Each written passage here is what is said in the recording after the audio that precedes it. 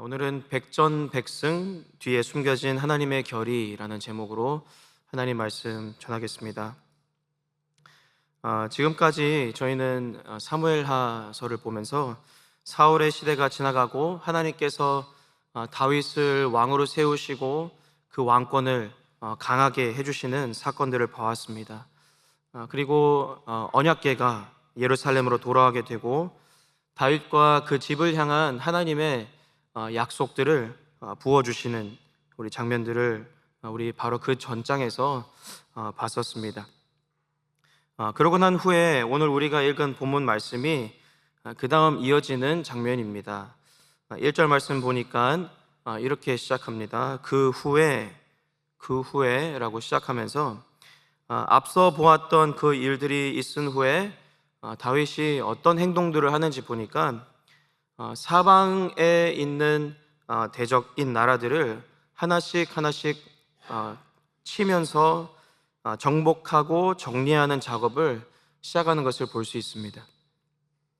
서쪽으로는 블레셋이 있었고요, 동쪽으로는 모압이 있었습니다. 그리고 북쪽으로는 아람이, 그리고 남쪽으로는 에돔이 있었습니다. 사방을 향해서 전쟁을 치르는데 참 신기한 것이 오늘 본문 말씀 속에 있는 것을 볼 수 있습니다.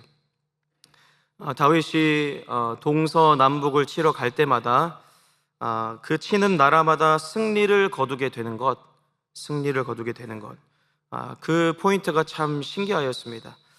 서쪽에 있는 블레셋을 쳐서 그들의 항복을 받았고, 동쪽에 있는 모압을 쳐서 그들로 엎드리게 하였고, 북쪽에 있는 아람 사람들이 다윗의 종이 되는 사건들이 벌어지고 조공을 바치게 되고요. 또 오늘 본문 말씀은 아니지만 14절을 보니까 남쪽에 있는 에돔도 쳐서 복종시키고 다윗의 종이 되게 했습니다. 심지어 7절과 8절 말씀을 보니까요, 다윗이 금 방패와 놋을 빼앗아 왔다, 그렇게 기록하고 있습니다. 그 쇠 조각들이 뭐가 그렇게 특별할까 생각될 수도 있겠지만, 금 방패를 빼앗았다는 것은요, 단순히 군사 물품 또는 금을 얻었다는 뜻도 있겠지만, 더 크게는 상대방의 통치권을 빼앗아 왔다, 그 기세를 꺾어버렸다라는 의미도 담겨 있는 것입니다. 그래서 여러분, 애굽의 왕 시삭이 예루살렘을 칠 때에도, 정복할 때에도 이렇게 되거든요. 열왕기상 14장 26절 보니까요, 솔로몬이 만든 금 방패를 다 빼앗은지라 그럽니다.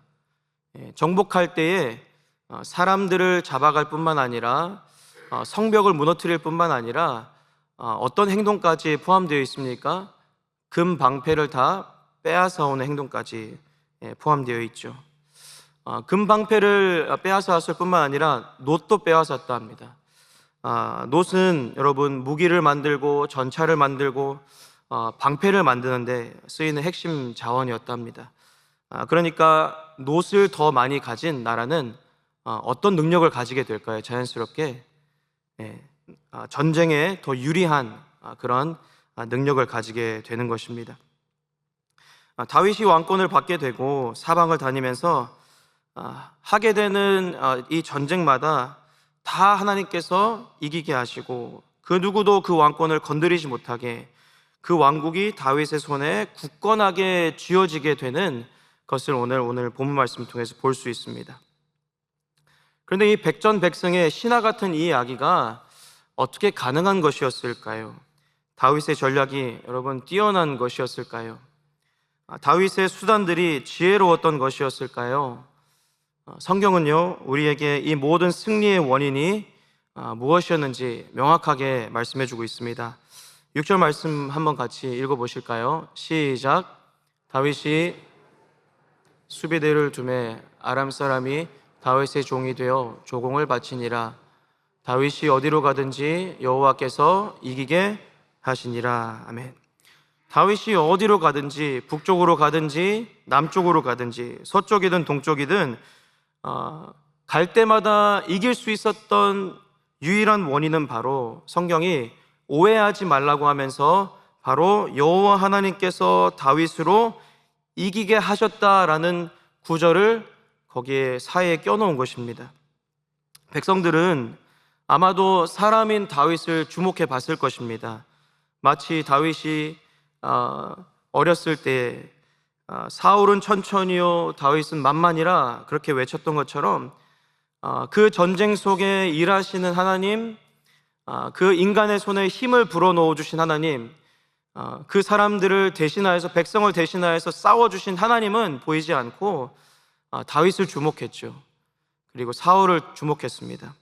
사람들은 아마 다윗을 주목해 봤을 수도 있습니다.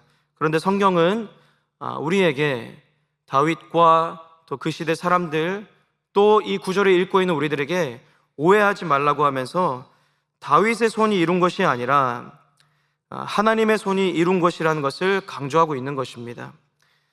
성경은 다윗을 주목하지 않습니다. 성경은 하나님의 이름을, 여호와 하나님의 이름을 하이라이트하는 것입니다.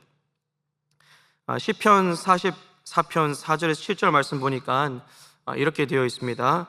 하나님이여, 주는 나의 왕이시니 야곱에게 구원을 베푸소서. 우리가 주를 의지하여 우리 대적을 누르고 우리를 치러 일어나는 자를 주의 이름으로 밟으리이다. 나는 내 활을 의지하지 아니할 것이라 내 칼이 나를 구원하지 못하리이다. 오직 주께서 우리를 우리 원수들에게서 구원하시고 우리를 미워하는 자로 수치를 당하게 하셨나이다. 아멘. 이 시편 기자가 여러분 무엇을 의지하지 않겠다고 말씀하고 있나요? 6절 말씀에서 나의 활을 의지하지 않겠다, 나의 수단을 의지하지 않겠다, 내가 가지고 있는 이 경험을 의지하지 않겠다, 내가 가지고 있는 이 자원을 의지하지 않겠다, 하나님이 주신 선물들을 의지하지 않겠다. 오직 나의 구원은 어디에서 온다고요? 하나님으로부터 온다라고 그렇게 고백하고 있는 것입니다. 여러분, 우리들도 인생에 여러 전쟁들이 있으시죠. 헤쳐나가야 될 폭풍우들이 있습니다. 우리의 가정에서, 일터에서, 심지어 교회에서 우리가 맺고 있는 관계들 속에서도 우리들은 이러한 전쟁들을 헤쳐나가고 있으시죠. 그때마다 우리에게 하나님께서 리마인드 하시며 기억하라고 말씀하시는 것이 무엇입니까? 이 문제를 헤쳐감에 있어서는 나의 경험도 소용이 없고, 나의 능력도, 내가 가지고 있다고 생각하는 지혜도 소용이 없고, 내가 가지고 있는 자원도 소용이 없다. 오직 하나님의 강하신 의로운 오른손에 달려있다고 그렇게 말씀하신 줄 믿으시길 바랍니다. 근데 여기에서 질문해 보기를 원하는 것이 있는데, 다윗은 왜 사방을 향해 전쟁을 걸었을까요? 언뜻 보면은 손에 다 쥐어졌거든요. 이제 가면 되거든요. 그리고 하나님께서 왜 다윗에게 그렇게 전쟁을 할 때마다 이러한 승리를 손에 쥐어주신 것일까를 질문하게 됩니다. 이제 왕이 됐으니까 초기에 필요한 외교적인 이유도 있겠죠. 왕권을 튼튼하게 하기 위한 이유도 있을 것입니다. 그리고 자신이 맡은 백성을 사랑하는 마음에서, 지키고자 하는 마음에서 그런 것도 있을 수도 있을 것 같습니다. 하나님께서 단순히 다윗에게 은총을, 페이버를 베풀기 위해서 그런 것일까요? 그런 이유도 있겠죠. 그냥 다윗을 예뻐하신 것일까요? 당연히 예뻐하셨겠죠. 처음 왕이 됐으니까 첫 스타트를 잘 끊을 수 있도록 하기 위한 정도의 이유였을까요? 이 질문에 대한 해답은 사실 바로 그 전장인 7장에서 함께 찾아볼 수 있기를 바랍니다. 바로 전장인 사무엘하 7장을 보게 되면 하나님께서 이렇게 사방을 향해 이기게 하신 그 이유와 하나님의 의중, 그 뜻을 기록하고 있는 것을 알 수 있습니다. 다윗이 하나님을 향하여 성전을 짓고 싶다고 하자 하나님의 말씀이 나단 선지자를 통해서 내려오죠. 그러면서 다윗에게 하나님께서 엄청난 약속들로 부어주십니다. 그리고 그 부어주시는 약속들 속에 하나님의 의지, 하나님의 결의를 표현하시는 대목이 있는데 함께 봤으면 좋겠습니다. 사무엘하 7장 9절에서 11절, 16절 이렇게 볼 텐데요. 먼저 9절 말씀 같이 한번 보겠습니다. 시작.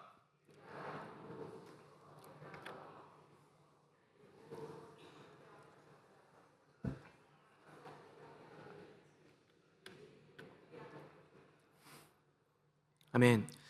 하나님께서 다윗에게 무엇을 주시겠다고 약속하십니까? 내 이름을 위대하게 만들어 주겠다. 위대하게 하겠다라는 것은 모든 사방의 적들로 하여금 누구의 이름을 들으면 떨게 하겠다는 것입니까? 다윗의 이름을 들으면 그 위대함에 떨게 하겠다, 그렇게 하나님께서 약속하시는 것입니다. 그러고서는요, 백성을 위한 약속도 하시죠. 10절 말씀 같이 보시겠습니다. 시작.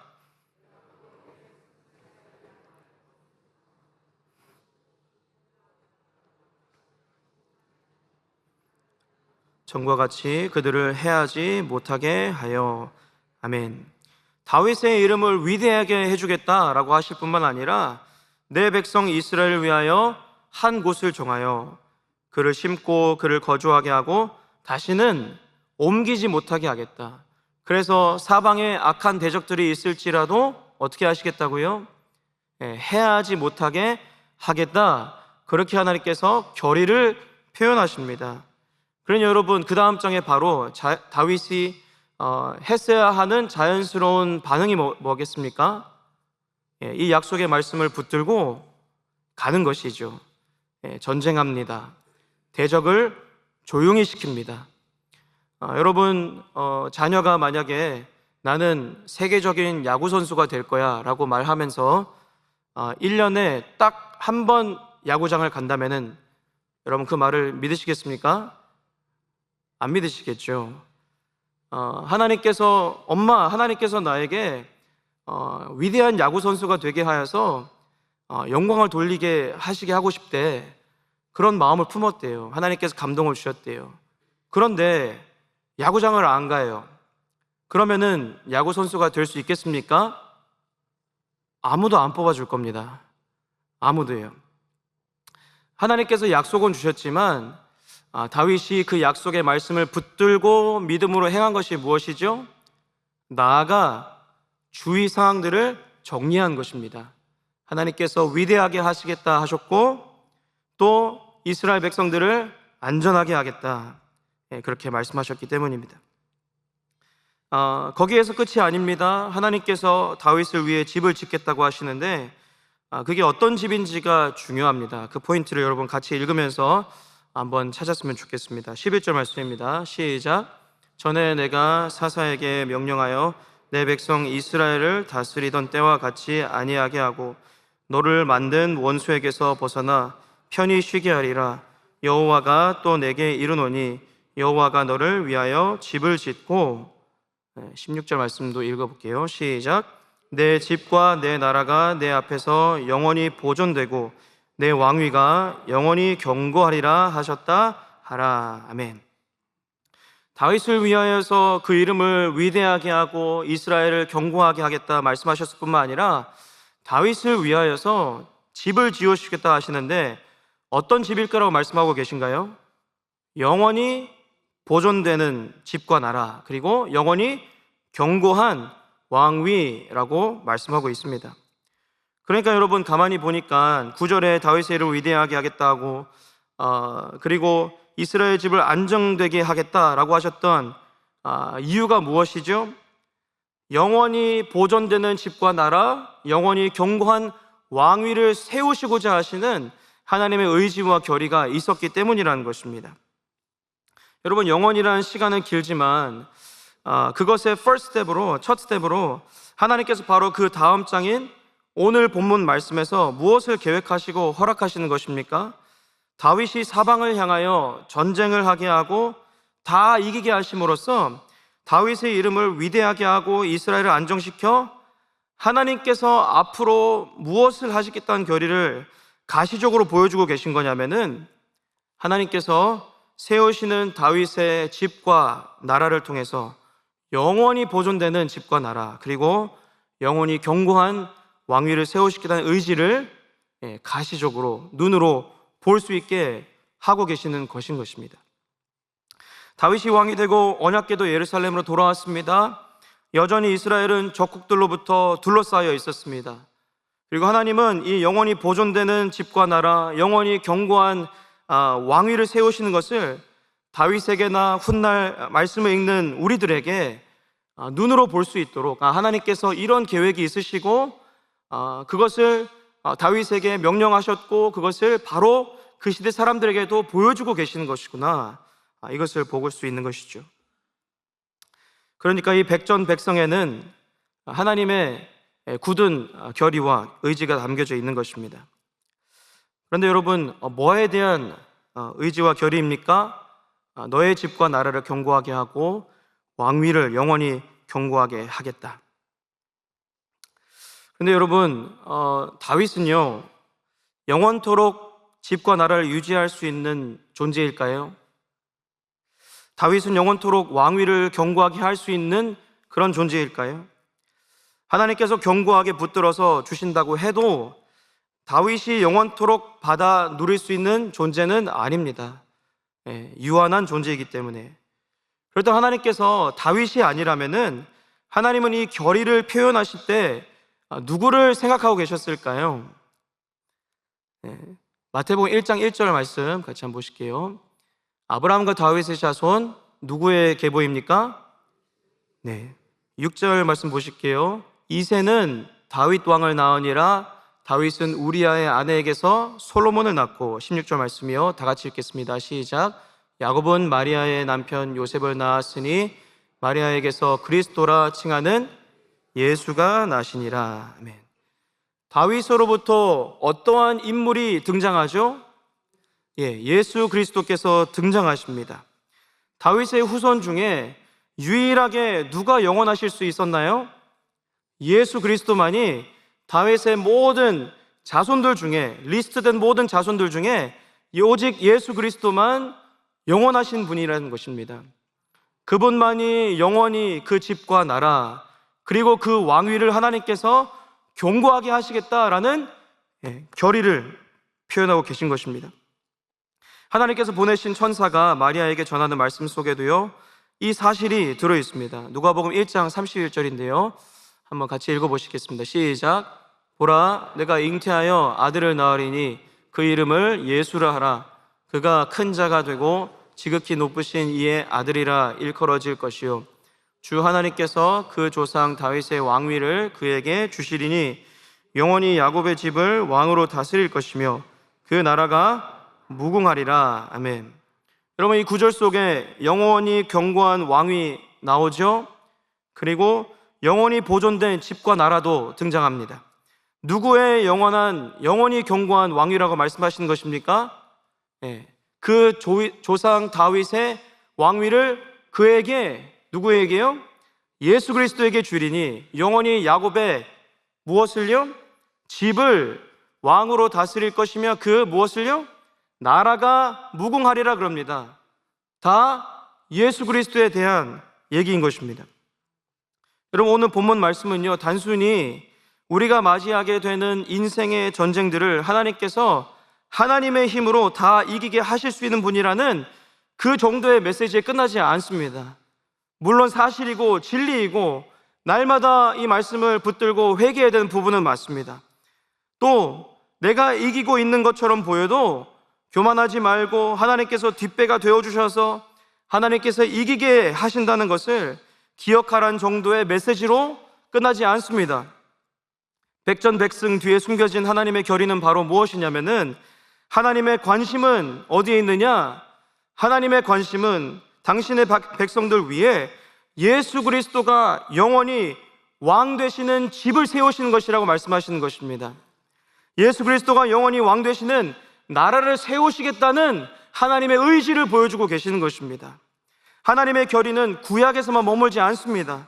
신약 성경에 등장하는 사람들 위에만 머무는 것이 아니라 이 말씀을 읽고 묵상하고 있는 우리들의 마음 가운데도 이 하나님의 의지와 하나님의 열심과 하나님의 결의가 무엇이냐? 똑같이 오늘 새벽에 우리에게도 표현되어지고 있는 것은 무엇이냐면은, 내가 너의 왕이 되고 싶어 라고 말씀하시는 것입니다.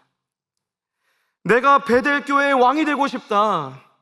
내가 얼바인의 왕이 되고 미국 땅의 왕이 되고 디아스포라의 왕이 되고 대한민국 땅의 왕이 되고 싶다. 온 열방의 왕이 되겠다. 그 집과 나라를 세우겠다. 그렇게 하나님의 결의와 열심을, 그 의지를 표현하고 계신 것입니다. 그래서 여러분, 이 의지를 하나님께서 성취하시기 위해서 무엇을 하셨죠? 당신의 아들 예수 그리스도를 이 땅에 죽음으로 매모시면서 그렇게 이 나라를 이루시기를 원하셨던 것입니다. 그래서 저와 여러분의 마음 가운데 무엇이 세워지기 위해서요? 하나님의 거룩한 나라가 세워지기 위해서요. 하나님의 집이 세워지기 위해서요. 하나님께서 우리의 왕이 되시고 우리가 당신의 백성이 될 수 있는 은혜를 받기 위해서요. 그래서 예수 그리스도를 우리에게 보내신 것입니다. 하나님의 굳은 결의와 의지가 이 작은 구절 속에 껴있는 것입니다. 다윗아, 네가 전쟁을 나가서 이기고 있는데 그게 왠 줄 아니? 내가 힘이 있어서도 맞지만 내 마음속에는 결의가 있다. 내 마음속에 의지가 있다.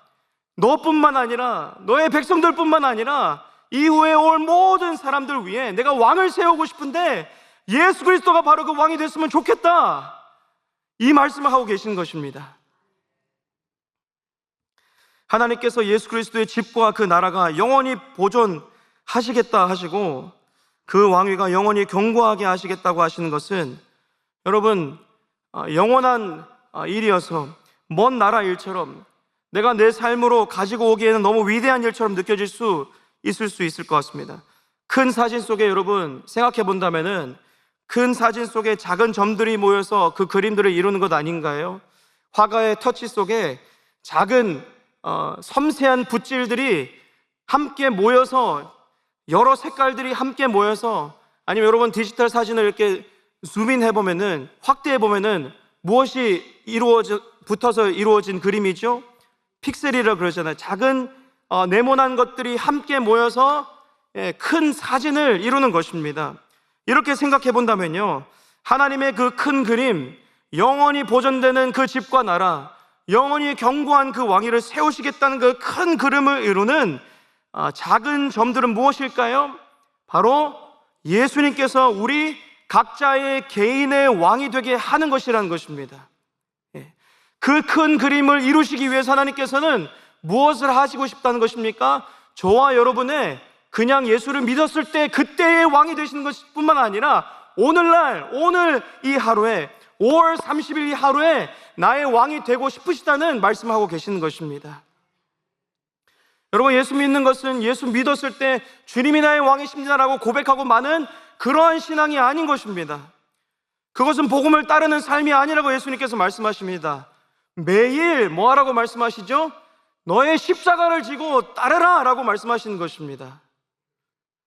오늘요, 오늘 그분이 나의 왕이 되시게 하는 그 작은 점들을 모아 보니까 하나님의 시선 속에서 그 큰 그림에는 무엇이 보이는 것이죠? 영원히 보존되는 그 집과 나라, 영원히 견고한 그분의 왕위인 것입니다. 하나님은요, 그것을 지키시기 위해서 뭐든지 하실 것입니다. 왜일까요? 그것을 이루시기 위해서 예수 그리스도가 십자가에 돌아가셨기 때문입니다. 하나님께서 우리의 마음속에 그분의 왕위가 뺏겼다 생각하시면요, 물론 참으시겠죠. 기다리실 것입니다. 그러나 가만히 내버려 두실까요? 아니요. 작업에 들어가실 것입니다. 낮추시는 작업이에요. 왕위에, 그 왕좌에 앉아있는 무언가를 뜯어내기 위한 작업이요. 그분은 그 나라를 이루셔야 되거든요. 질문 드리겠습니다. 오늘도 예수님은 여러분의 왕이십니까? 다르게 한번 질문해 보겠습니다. 예수님은 오늘 우리로부터 왕 대접을 받고 계십니까? 왜 대답이 줄어드시죠? 여러분, 왕이 있다는 것은 나라가 있다는 뜻입니다. 왕과 나라가 있다는 것은 법이 있다는 것입니다. 그 법의 주인, 그 법을 주시는 분은 바로 왕입니다. 그 나라의 법은 백성들의 마음속에 무게가 있는 존재여야 합니다. 여러분, 이번 한 주간 우리의 마음 속에 하나님 나라의 법인 이 말씀이 우리에게 얼마나 무게가 있었나요? 주일날 강단을 통해서 목사님께서 말씀을 전하실 때에 본문 말씀을 펼쳐서 함께 읽기 전에 항상 하시는 말씀이 무엇이죠? 오늘 하나님께서 우리에게 주시는, 함께 주일 예배 드리고 계시죠? 오늘 하나님께서 우리에게 주시는 베델교회 주신 말씀입니다 하고 우리는 말씀을 읽습니다. 주일날 강단을 통하여 흘러나온 말씀이 우리는 주중에 얼마나 생각하고 살고 있나요? 얼마나 그 말씀 앞에 정직하게 서고 있나요? 그리고 우리는 그 말씀을 순종하려고 애쓰고 있을까요? 아니면 그 말씀이 전혀 내 마음속에 영향이 없는 한 주였나요? 매일 성경을 펼치십니까? 아니면 잠깐 뒀다가 주일날 가지고 나와서 펼치십니까? 예수님께서 우리의 왕이 되신다는 것은요, 그분의 법이 나에게 영향만 있을 뿐만 아니라 나로 울게 할 뿐만 아니라 나로 찔림이 있게 할 뿐만 아니라 나로 마음에 부담을 느끼게 할 뿐만 아니라 그분의 법이 나에게 와서 그분이 나의 왕이 되신다는 것은 내 모든 말과 언어와 내 모든 행동과 내 모든 결정을 좌지우지하도록, 통치하도록, 다스리도록 하는 삶이 바로 그분이 왕이 되는 삶인 줄 믿으시길 바랍니다. 여러분, 사단은 우리에게 뭐라고 거짓말을 할까요? 내가 말씀 앞에 울고 있으면 그게 예수님께서 왕이 되셨다고. 내가 말씀을 들을 때 찔림이 있잖아요. 말씀을 듣고 찔림이 있고 눈물을 흘리고 있고, 그렇게 찔림이 있는 그것이 예수님께서 마치 왕이 되신 것처럼 말씀을 듣고 마음에 부담을 느끼고 있는 그것이, 그 행위가 예수님께서 왕이 되신 거라고 착각하게 하는 것이 사단의 전략입니다. 말씀을 듣지 못하게 하는 것을 막지 못한다면 그 다음 전략이 뭘까요? 사단의 전략이 말씀 들어라. 그래서 찔림도 받아라, 울기도 울어라, 부담도 느껴라. 그리스도는 다 그거 하고 있잖아요. 주일 예배 때마다 다 듣고 있잖아요. 다 듣고 마음에 부담도 느끼고 찔림도 있고, 울기도 웁니다. 찬양을 부르면서 하나님, 이 말씀이 내 마음에 찔림이 있습니다 하면서 울기도 웁니다. 그런데 거기에서 거기에서 스탑하는 것, 그게 사단의 전략인 것입니다. 여러분, 대부분 운전하고 다니시죠? 운전하실 때 앞과 사방을 보는 것 빼고 우리는 어디를 제일 많이 보고 계세요? 계기판 보고 계신가요 혹시? 계기판에 어떤 숫자가 왔다 갔다 하죠? 우리의 속도가 왔다 갔다 합니다. 여러분, 이 속도를 계속 보는 이유가 뭡니까? 주위에 누가 있을까 봐요. 삐용삐용이요. 경찰이 주위에 있을까 봐요. 그래서 내가 혹시라도 스피드를 넘어가면은 잡혀서 티켓을 먹을까 봐요. 우리는요, 여러분, 마음에 이 부담이 있습니다. 마음의 부담을 가지고는 있었지만, 예를 들어 하루는 출근이 늦어져서 운전하다가 35마일 존에서 55마일로 달린 것입니다. 그때 누가 나타나죠? 경찰이 나타납니다. 그래서 말하죠. License and registration please. 그러면 이제 대답하는 거죠. Mr. Officer, 제가 스피드를 넘지 말아야 하는 마음에 부담감이 있었습니다. 스피드를 넘어서 제가 울기도 했습니다. 질문 드리겠습니다. 법을 지켰나요? 아니면 티켓을 받아도 싼가요? 법을 어겼습니다. 마음에 부담감도 있었습니다. 울기도 울었습니다. 그런데 법은 안 지켰습니다. 내가 나를 다스린 상태이지 법이 나를 다스린 상태는 아닙니다. 우리는 교회 생활을 오래 하다 보면요, 뭘 하기가 쉬운 거 같냐면요, 예배 시간에서의 나의 모습, 예배 시간에서 나의 반응으로 나의 신앙생활을 정의하기가 너무 쉬워지는 것 같습니다. 교회에 와서는 내가 이렇게 살고 있고 섬기고 있고 예배를 드리고 있고 손을 들고 찬양하고 눈물 흘리고 말씀을 듣고 있으니까 나는 이런 그리스도인이겠지. 그런데 어떤 그리스도인은 저 문을 나가면서 스위치를 꺼버립니다. 그리고 전혀 나의 일주일이 생각나지 않아요. 마음에 부담감도 있죠. 울기도 울었습니다. 그러나 우리의 일주일을 돌아볼 때, 예배가 삶이 되자가 하고 있는데 우리의 일주일을 돌아봤을 때 법이 나를 다스리는 상태였는지, 주님께서, 아니면 내가 나를 다스리는 상태였는지, 스피드를 잘 지키고 있는지, 이것은 행위를 얘기하는 것이 아니라 그 예수 그리스도의 사랑에 대한 우리의 반응이 어떠냐, 그분이 진짜 나의 왕이시냐라고 묻는 것입니다. 여러분, 김지 사모님이라고 들어보셨을 텐데 시골교회 사모님이 요즘에 핫합니다. 아주. 근데 곰곰이 생각해 봤습니다. 왜 그렇게 인기가 많을까? 이 스토리가 놀라운 거예요. 그런데 궁금한 거예요. 왜 놀라운 걸까? 왜냐하면요, 그것보다 더 놀라운 일들은 어디에 들어있죠? 성경책이에요. 성경책에 있는 그 사람들이나 김지 사모님이나 사람들은 막 열광하는데 뭐만 한 것 같냐면요, 자기가 읽었던 말씀을 무겁게 여기고 그냥 한 거밖에 없습니다. 그리고 그 다음에 일어났던 일들은요, 말씀의 약속을 따라서 그냥 따라온 결과일 뿐입니다. 그러니까 여러분, 얼마나 우리 그리스도인들이 야성을 잃었는지 그걸 좀 반증하는 것 같아요. 얼마나 그 기준이 떨어졌으면 그냥 말씀만 순종하고 있는 정상적인 그리스도인의 삶을 살고 있는데 그리스도인들이 열광합니다.